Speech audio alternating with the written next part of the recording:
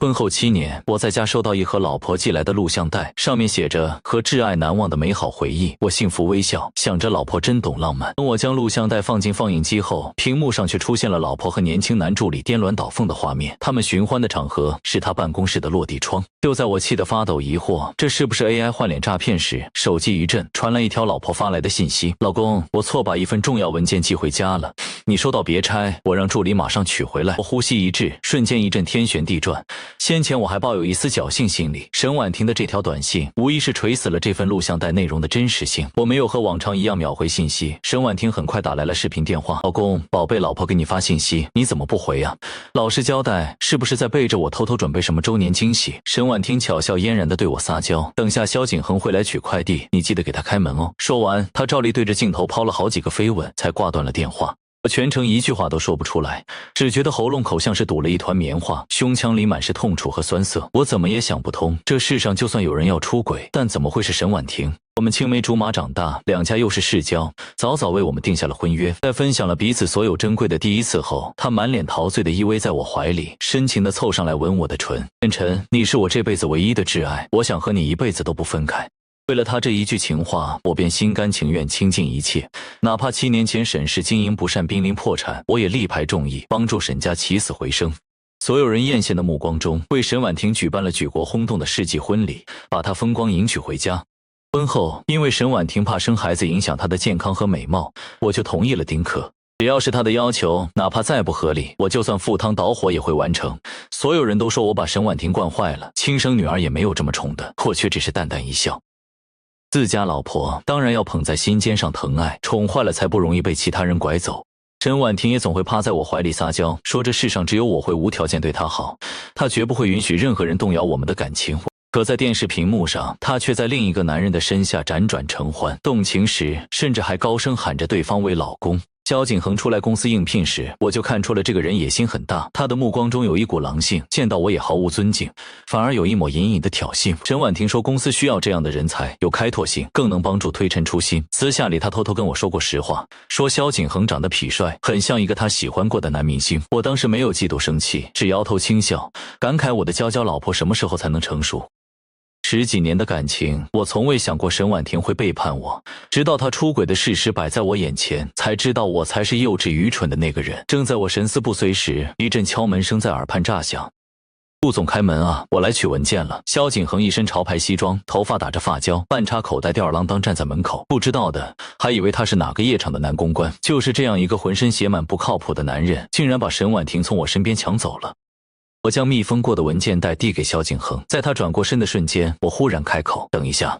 萧景恒愣了一下，转头看我是有一抹心虚。怎么了？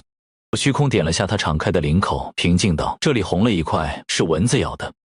萧景恒却顺着我的话接了下去，勾起一抹意味深长的笑容。是啊，公司的蚊子粘人的很，怎么甩都甩不掉。我的心像是被刀子猛然割了一道口子，疼得我嘴角抽搐，险些控制不住表情。在萧景恒走了以后，我换了一身不显眼的灰色卫衣套装，开车跟了上去。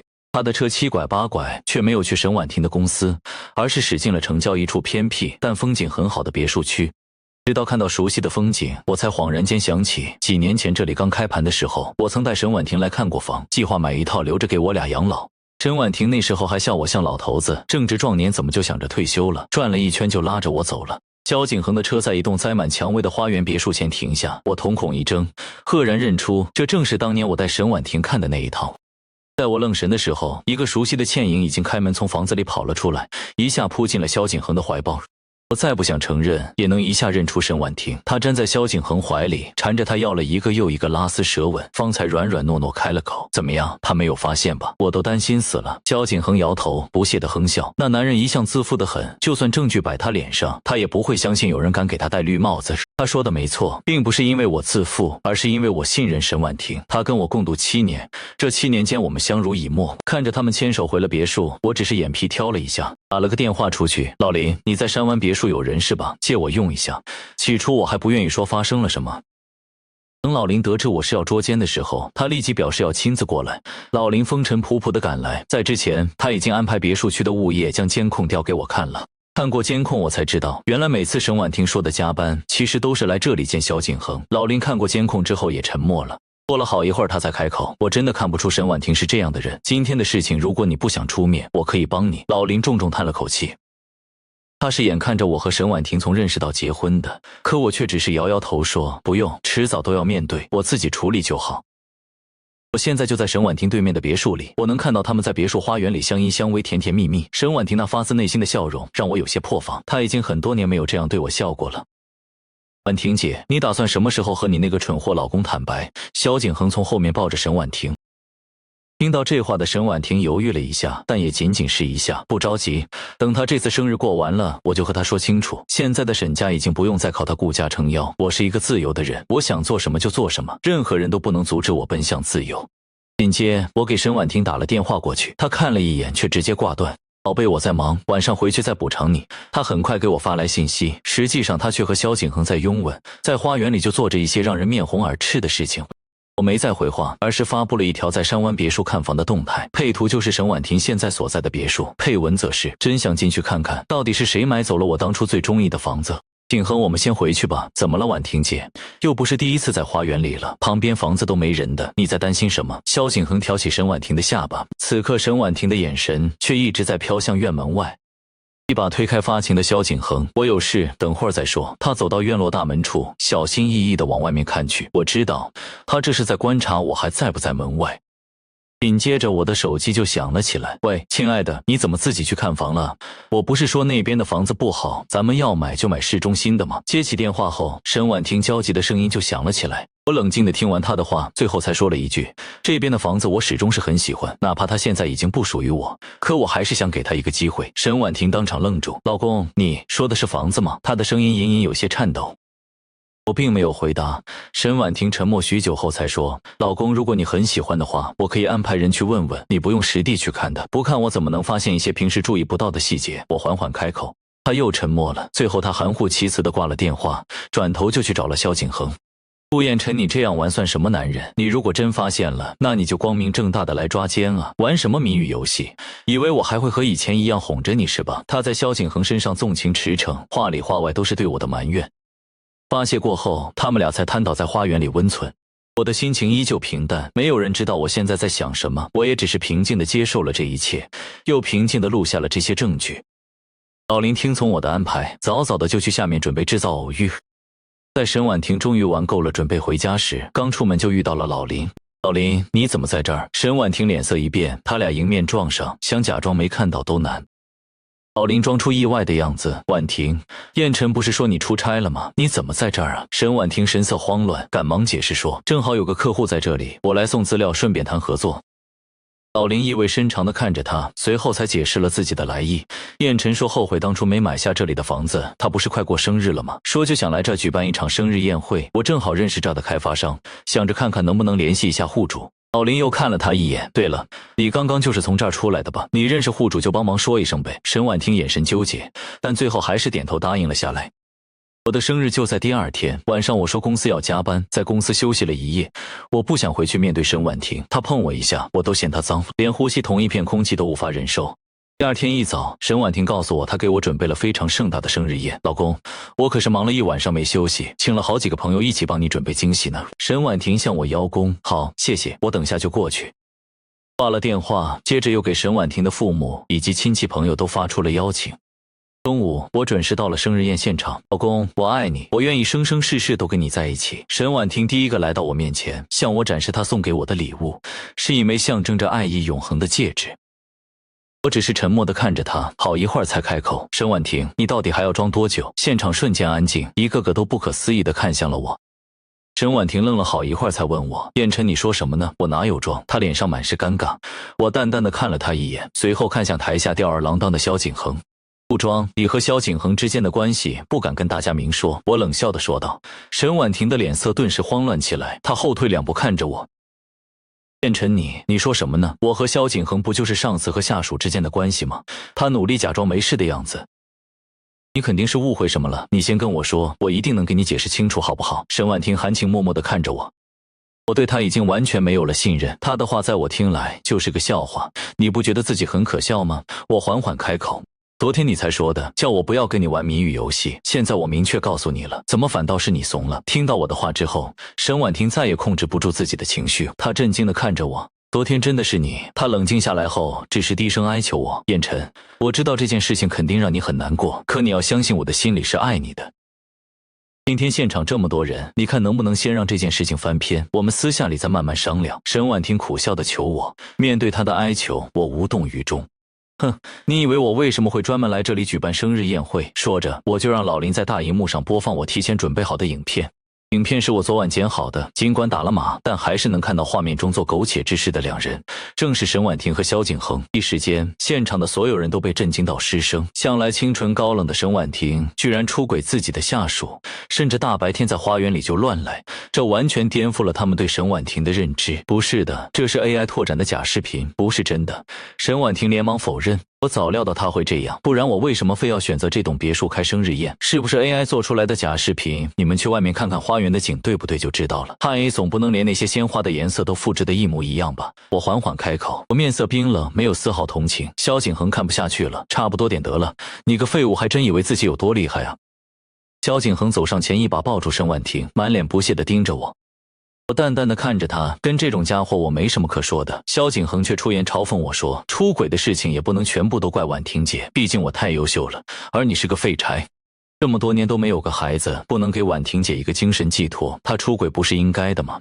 萧景恒轻描淡写的说道。这次我真的被气笑了，沈婉婷，是你跟她说我不行的。我看沈婉婷眼底的愤怒隐隐变成了恨意。分明是他自己提出的要丁克，怎么到了萧景恒嘴里就成了我不行？沈婉婷不敢回答我的问题，她只是用哭声继续逃避。好了，婉婷姐，反正你也打算在结婚之后就踹掉他，现在沈家也根本不需要他的帮扶就能过得很好，你不如直接跟他摊牌算了。萧景恒可根本不管那么多，直接出言劝他。闻言，沈婉婷的那些亲戚朋友以及公司的员工们都慌了起来。万万不可！咱们家和顾家几乎是绑定的，当初咱们就是靠着顾家才发家的，现在闹翻了，对我们没有好处的。是啊，婉婷，你就给燕晨道个歉，保证以后不会再犯，这事咱们就翻篇了，不好吗？沈总，您三思啊！您的决定可是关系到两家公司普通员工的生死存亡啊！这些人拼命劝沈婉婷，我却冷笑两声，直接打破了他们的幻想。什么时候轮得到你们来替我做决定了？我冷冷地看着那些沈家的亲戚，他们还妄言让沈婉婷给我道歉就算了，你老婆今后出轨给你戴绿帽子，你也让她给你道歉就算了，好不好啊？现在不是沈婉婷踹掉我，而是我踹掉她。离婚协议书我已经准备好了，财产分割明细也绝对公平。至于你们沈家今后怎么样，跟我顾家没有任何关系。我冷冷地盯着在场所有人。我之所以没有请我的亲人朋友来参加宴会，就是因为这注定就是一场鸿门宴。老林带我将离婚协议书交给了沈婉婷。看清楚上面的内容后，沈婉婷变得茫然了起来。燕晨，为什么我们会变成这样？他身后是亲人朋友的怨声载道，他手上抓着的是否认他和我之间10多年感情的一纸协议。我还没说话，老林就已经忍不住了。有问题多问问自己行吗？沈婉婷，你让我感到恶心，我真后悔当初没跟着顾家一起阻拦燕晨。萧景恒冷哼一声，他随后就走上前，一把搂住沈婉婷。好了，婉婷姐，本来这就是迟早的事情，你有我不就够了吗？他说着就勾起沈婉婷的下巴吻了上去，只是这次沈婉婷却下意识地给了他一巴掌。萧景恒愣住，对不起，我不是故意的。沈婉婷连忙推开萧景恒，接着又走向了我。燕晨，你听我解释好吗？我有话对你说，求求你听我解释好吗？沈婉婷抓着我的胳膊不肯松开。妈的，婉婷姐说她有话说，你是耳聋了。萧景恒又过来刷存在感，就像以往过去的很多次一样，他从没有将我放在眼里，但这次他错了。我狠狠的一拳砸在他脸上，我清楚的看到他的牙都掉出来了2颗。你敢打我？萧景恒震怒不已，他连忙向沈婉婷求助。婉婷姐，你看看这家伙，他居然敢打我。沈婉婷却只是犹豫一下，就继续哀求我要和我谈谈。老林早就看着畜生不爽了，直接一脚踹了过去，给他脑袋都踹歪了。剩下那些暴怒的沈家人以及沈婉婷公司的高层，同样是一个个上前对他拳打脚踢。我扯开沈婉婷的手，麻烦你离我远一点，你真的很恶心。我冷冷地盯着沈婉婷，或许是我眼里的嫌弃太过明显，沈婉婷最终还是松开了手。顾燕晨，你真的不要我了吗？她颤抖着声音问我。是你先背叛我的，好好的生日宴被我搅得一片狼藉。燕晨，这种事你不早跟我们说，你早说我早抽身了。要不是看在你面子上，谁跟沈家合作？就是啊，你也太不把哥几个当哥们了。这种事你吱一声，我们铁定站你这边啊。第一时间解约的都是我的朋友们。我笑了笑，谢过他们的好意，同时也给出了他们相应的补偿。而萧景恒据说那天之后被送去医院，结果在医院又遭到不明人士袭击，最后还是沈婉婷去医院才将他保住。老公，我真的知道错了，你不要这么矫情好不好？我们从小一起长大，青梅竹马，难道这么多年的情谊还不足以让你原谅我这一次吗？我发誓，我真的只是昏了头才会和萧景恒在一起，你给我一些时间让我处理好吗？沈婉婷到现在都没有一个真正的认错态度，她口口声声说自己做错，下一句却永远都是要求我原谅她。一个真正做错事情的人怎么敢奢求原谅呢？更何况她连一句今后不会再和萧景恒联系都舍不得说，我还能相信她什么呢？把他拉黑之后，我的世界忽然就安静了很多，而萧景恒的背景也被人给扒了出来，他甚至是个惯犯。这贱人以前是在夜场当公关的，老娘看中他的身体，把他带回去公司1个月10万的养着，结果他跟我说什么家中老娘重病，骗了我200万就跑路了。我以为这辈子找不到这个贱人了，谁能想到他居然又去骗人了。更有甚者，已经将萧景恒的家庭住址以及家人联系方式都找了出来，每天的骚扰电话让他们家的人不堪其扰。萧景恒的父母更是在网络上发布了视频，坚决划清和他之间的界限。萧景恒成年以后偷走家里的10万块就跑了，那10万是他爸爸的救命钱，现在他爸爸因为没钱治疗而瘫痪多年。他在外面做的事情我们真的全都不知道，如果他真的有把钱给我们花一分，我现在就带着老伴去死。萧景恒的妈妈说的十分决绝，后来经过查证，大家才发现他们说的并没错。萧景恒从始至终都是个不折不扣的人渣，他谁的钱都骗，处朋友就是骗朋友，当公关就是骗老板，哪怕是最后众叛亲离也没能让他收敛。我不知道过去萧景恒是什么人，可我相信人是会成长的，他的懂事我看在眼里，我相信他今后一定会比郭彦辰更棒。彦辰，那不是我发的，是萧景恒拿我手机发的。你跟我说这些做什么？我应该关心吗？我接电话是为了告诉你，我最后给你1天时间，再不签字，我会去法院进行起诉。现在的财产分配是我请律师分配的，如果到了法庭上，你知道你一定会败诉的吧？等到那个时候，你能拿到的钱只会更少。沈婉婷沉默很久很久，顾彦辰，我是不是很傻，被萧景恒这种人迷了眼？我仔细想了想，最后还是回答了他这个问题。哪怕没有萧景恒，也有张景恒、王景恒，固然他也有错，可真正出问题的是你的心。我坚持要离婚，就是因为你已经变了心，你的心已经回不来了。我淡淡开口，电话那头传来压抑已久的哭声，我不想听，也不屑于去听。沈婉婷，这都是你自己做的。只是在领证的时候，沈婉婷再次当众跪在了我面前。彦辰，我们难道真的一点机会都没有了吗？你知道我有多爱面子，如果你觉得我们有一丁点能复合的可能，还请你不要跟我离婚，好吗？他不顾他人目光，毅然跪下求我。你不觉得自己家里还养着萧景恒，又出来跟我说这种话很可笑吗？哪怕是到了现在这一步，他也依旧没有放弃萧景恒。要知道萧景恒的背景早就被扒了，这样一个走到哪儿骗到哪儿，连家人朋友都不认可的畜生，他都依旧能接受。我还有什么可说的？我只会认为我和他离婚简直是再正确不过的决定。沈婉婷看起来像是有很多话想说，可我知道已经没意义了。她的后悔，她的道歉，对我来说一文不值。再后来听到沈婉婷的消息是沈氏集团破产，沈婉婷被开除出公司的消息。她自从离婚之后，更是整日整夜和萧景恒混在一起。可她没钱了以后，萧景恒也对她嫌弃，甚至有了新欢。曾经的老丈人来求我给他们一条活路，老人家一辈子没给人低过头，却在我面前下跪。最终我给他们指了条明路，去外省搞实体业，我可以帮衬他们，但前提是他们全家都必须为我所用。又是一年冬季，以往这个时候我总会盼着早点下雪，因为我和沈婉婷在一起的那天正是大雪纷飞的日子。今年冬天格外的冷，冷到我穿再多衣服也无法抵御。而沈婉婷就死在了这个冬天，她接受不了萧景恒有新欢，也接受不了自己从当初那个天之娇女变成了如今租房都要看价格的穷苦人。终于在一起，萧景恒把新欢带回家乱搞的时候，沈婉婷终结了他的生命，也终结了自己的生命。我知道这个消息后，只是停顿了2秒，或许是2秒，或许是我以为的2秒。沈婉婷，下辈子跟我在一起，不要再出轨了。